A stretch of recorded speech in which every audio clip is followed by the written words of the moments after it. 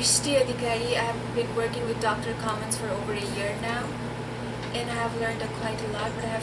But I still have few questions which he's going to answer today. Good. So my first question is, Michael, I've been studying a lot about attachment, looking at my life, looking at your life. Yeah. Kind of seeing how it changes over time, and that can only be studied if we look at through stage and value model. Right. So how do you define it in terms of your life? How does stage and value and attachment? Well, I didn't really understand my attachment issues until I was maybe in my 50s. I mean, there were inklings. There was this guy I saw in therapy for a little bit who indicated that my relationship with my mother might have been a little out of kilter. But it was really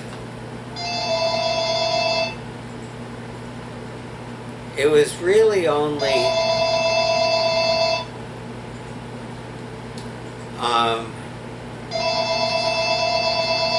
this is terrible. It was really only in my 50s when I asked my mother some questions that it ever became clear to me what happened. And I remember when I was 15, I got pneumonia, and my parents went off sailing to Catalina and left me alone, and I'd lost 30 pounds. I didn't eat the whole time. I had a high fever, and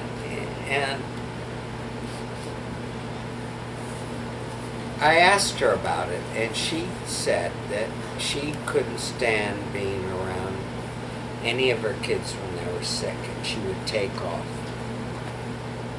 And that happened my whole life. And that became a lot clearer of what the source of my attachment issues were. So every time I was really in desperate need, she would leave. Now, how does that fit in the stage model? Well, it surely happened in infancy. And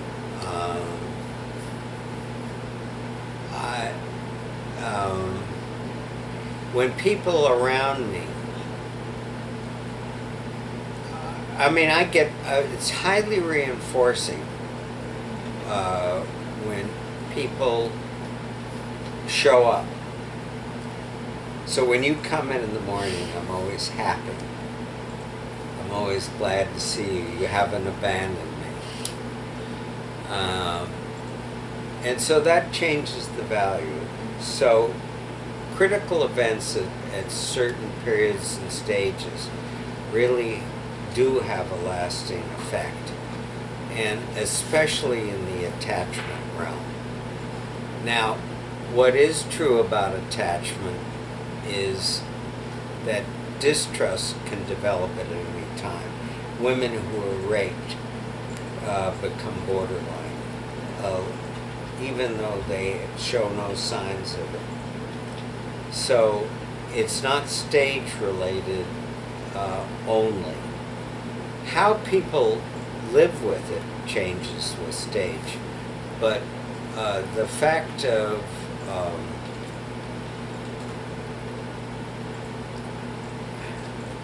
wanting to be close, and I think also that's temperamental. There's a temperamental difference. I didn't care.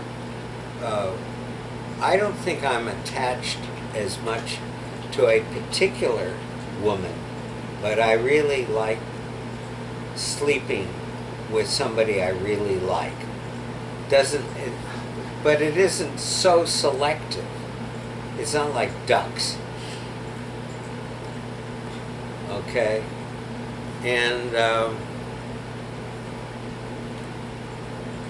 And so relationships aren't as specific as people make out them to be. and I don't know why.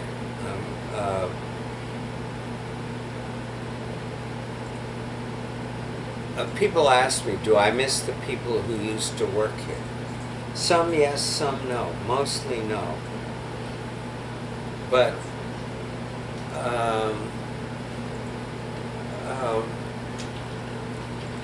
I always want to go to their weddings.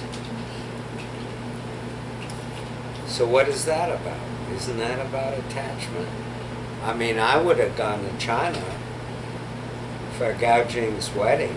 I would have loved it. And, you know, in Chinese tradition, as her professor, I would have given a speech. Sure. All right, my other question. So you have collaborated with a lot of people. Some you agree with, some you disagree. And the field is quite different. For example, in psychiatry and law, there are social psychologists. Some Very few, just Mitzi. Some are psychoanalytics. How do you work with them when they have different opinion than you? I always follow Tom's rule. Gordon Gutile's rule is you always align with the healthy part. And I always do that. So I've written articles, and I actually made peace with Don Myers, who I disagree with a lot. And when I agree with him, I always point out that we agree. And we can work together that way, even though we disagree. He believes in the law and I don't. I surely don't care what the law says about criminals. I don't believe they should be in prison. Okay? And I surely disagree with the psychoanalysts in interpreting what other people say. But I also, when Graham Sproul talks about, you know, why there's no separation in borderline people who clearly have attachment disorders, why they can't see themselves as different from their families and their mothers, and they don't know who's doing what to whom.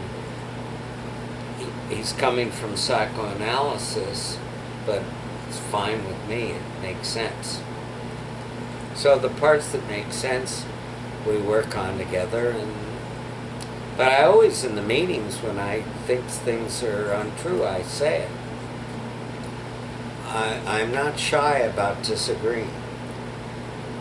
We had a whole meeting recently where this woman was talking about dreams and what went on in dreams. I only asked her one question. I asked her, what about what you're saying wouldn't be true if you were awake? And she said, well, there don't seem to be dreams about long-term planning. And I've been thinking about that. I'm sure I've had dreams about long-term planning, but I can't remember one. So I don't think, I think it's very hard to be a witness. And they think they can make judgments. The one I argue against most of all is they can be unbiased. I'm never unbiased. And that's value. And at lower stages, what we showed is that the stage of bias dramatically changes. Very highly cited paper. But I don't think anybody knows what to do about it.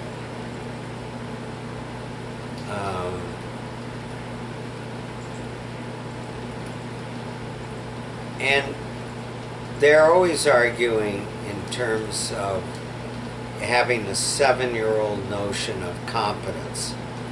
And I gave a talk on competence and impulsivity that went completely against what Tom and Mitzi had presented the previous week, where they had used scales of impulsivity and I showed discounting. Now I have an impulsivity scale and it's predictive, but you know, I if I ever followed up on it, I would do what Amy Odom would do. You know, I would estimate K's for what they're saying and put them in real situations and estimate the K's. So I disagree, but I usually move the argument up a stage. And I don't get a lot of flack. The only thing Tom ever says is sometimes I go on too long. And often he has to explain what I'm saying. Have I had a tremendous effect on these people? Tremendous. Alright, my other question, last question for today. So people in academia are focused on writing papers. They don't have any other works per se. They don't have investment. They don't work on startups. So you have managed quite a bit being a full-time professor. How have you managed to do that? That's a great question. But they are involved in startups and they do have patents and they all the expert witnesses are in business for themselves. Only Don Meyer, a couple of them work for organizations, but very few. They're all individual proprietors. The difference is I work with groups, and my businesses are public, not services rendered type businesses. And I thought about this question for years. And I did my dissertation while I was working in Washington, a 50-hour week. And I went to school half-time at UCLA while working full-time. And I used to eat lunch with the political group while working full-time at the radiation lab. And yet I always need naps and I sleep a lot and I don't work very hard. These interviews are anomalies because I'm willing to do them for long, extended periods without breaks. I think one thing is I don't have any problem solving problems. Most people struggle. And once in a while I have disagreements. I mean, I think Wayne and I disagree on sharing data. But being that he's the linchpin, I leave it up to him. I understand relative power. Okay, and so I respect his judgment. Because without him, we're nothing. And I don't run. Terry wanted to go to this meeting, and I said yes. I don't try to make judgments for other people unless I don't even tell people what to work on. I sometimes assign tasks because I needed somebody like Ned to read the stage 15 paper because he's, you know, really smart and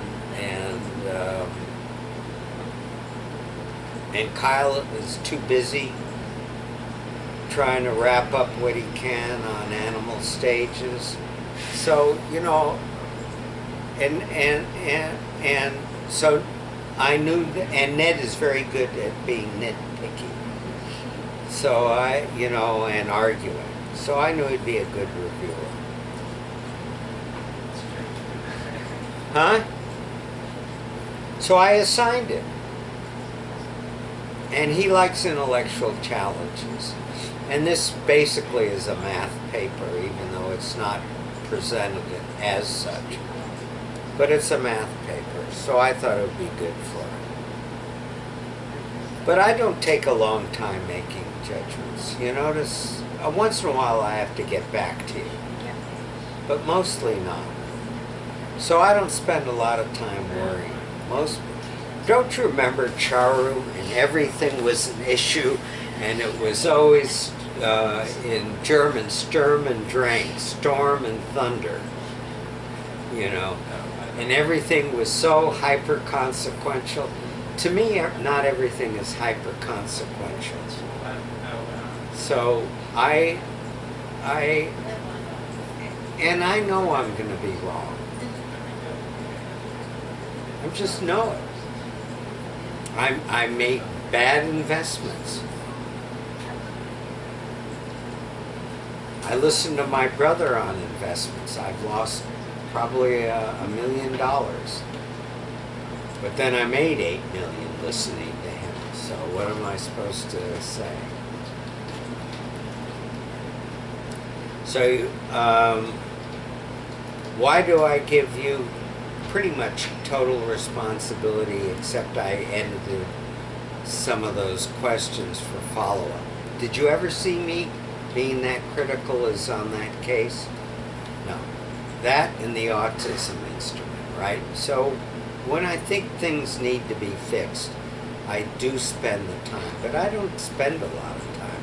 I spend a lot of time fixing the editorial comments to my papers. And other than that, I don't think I do any work. My ideas just flow out of me. Now, I can explain to you why they flow out of me. I've been thinking about this for now 40, 50 years. I always had more ideas than anybody else. I think that was... I can remember being in the backyard during a family get-together with my uncle, and I had this crazy theory about something. And my uncle said to me, "How can you have such a stupid theory?" And I looked back at it and say to myself, at least I had a theory. And all my information is always highly theoretical. And you and I wrote a paper on how it's experiential and theoretical. And I think that having access to my experiential side, like Lamport does, I mean, I think of myself much more as an artist in the sciences than a scientist, you know, an empirical scientist doing drudge work and technical work. If I believed in doing drudge work and technical work, I wouldn't try to be so successful in business. If I'm successful in business, I can hire you guys. Now, can I get Saranya to focus? I don't know. I'm still struggling. You know, but she's at least creative. What, is it dead? No. So, I don't work hard. I just don't. So having time to do it is not the right question. It's that I'm so smart that the things come to me, and I have a very high rate of being correct. Why is that? Because I'm observant and very smart, and I'm not limited to what other people tell me to think. And I don't care what they think. It's like going back to psychiatry and law. Do I care what anybody says in the room? No. I am not... what Cheryl Arman and I said, we didn't get stuck in the positive stage 10, abstract stage. Maybe the negative, but I'm less so than her. I'm not oppositional particularly. I mean, everybody's terribly upset at Donald Trump. I'm not. I understand how little he has had to do with his businesses. And if he were the president, he would have very little to do with governing. No one would let him act as fast as he wants to act. There's this whole big machine, and he doesn't have a big machine. He doesn't even know how to organize his own machine. So my worry is it's not a worry. He will be ineffectual. He'll get to a point, a bad Supreme Court justice, but does that really affect whether or not you sleep with your boyfriend? No. See, if you were in Nepal, you'd be in real trouble, but you're not, and the Supreme Court has nothing to really say that has any control over us or anybody. It makes it more difficult, but they don't really have any power. They could stop people from getting executed. That's about it. And so I don't see people as being so powerful. But people really have power, the people with ideas. He doesn't have it. So I'm not afraid of him, and I'm not most of the people I'm not afraid of because I got fired a number of times. Did it ever really matter? No. Did it matter that the dean didn't want me to study religion? No. Does it matter what Ned's definition of prayer is? No. Because it's everyday notions of prayer that matter. It's your fear of eating beef that matters, not whether in fact Jews eat pork. That's why I stuck pork bacon in my grandmother's food. I had to see whether it really mattered. And it didn't. There is no, the magic is we're never going to figure anything out completely. We're worms in a universe that would require, quote unquote, gods to understand. But we're worms. We're much closer to worms. Stage 16 is only 16, and there are an infinite number of possible stages. So we're worms. We have more in common with worms than gods. So, and that allows me to work easily. I don't think of myself as that important.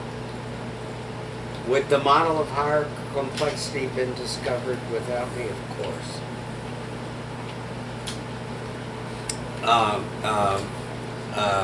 Sharon Stein keeps saying I should do more popular things. I say no. Said somebody else will do them. I don't have to be the salesperson. Business. Why do I care about all the businesses I care about? And in the order of caring, which business do I care about the most? Dare. No, I don't care about it. Dare will die when I die, right? Are you going to run it? If I give you $100,000 a year, will you run Dare? No. So no one will run it.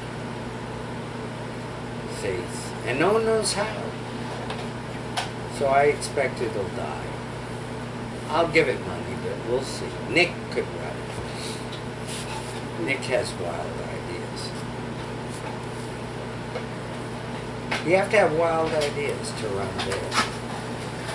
The one that matters the most is clicking kids. But we're going to fail. But the new job, right, with this other group might resurrect us in a different frame, but once it's resurrected in that frame, the other frame becomes possible. They have the interface, they know how to do interfaces, they have programmers.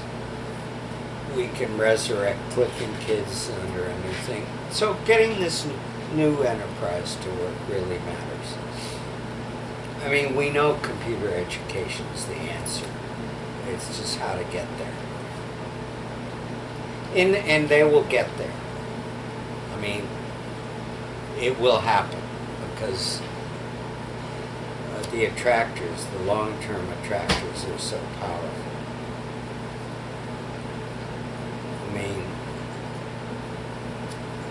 Bob's going to Nepal, by the way. He got a grant. I think they're going to hire him. He has about an 80% chance. And And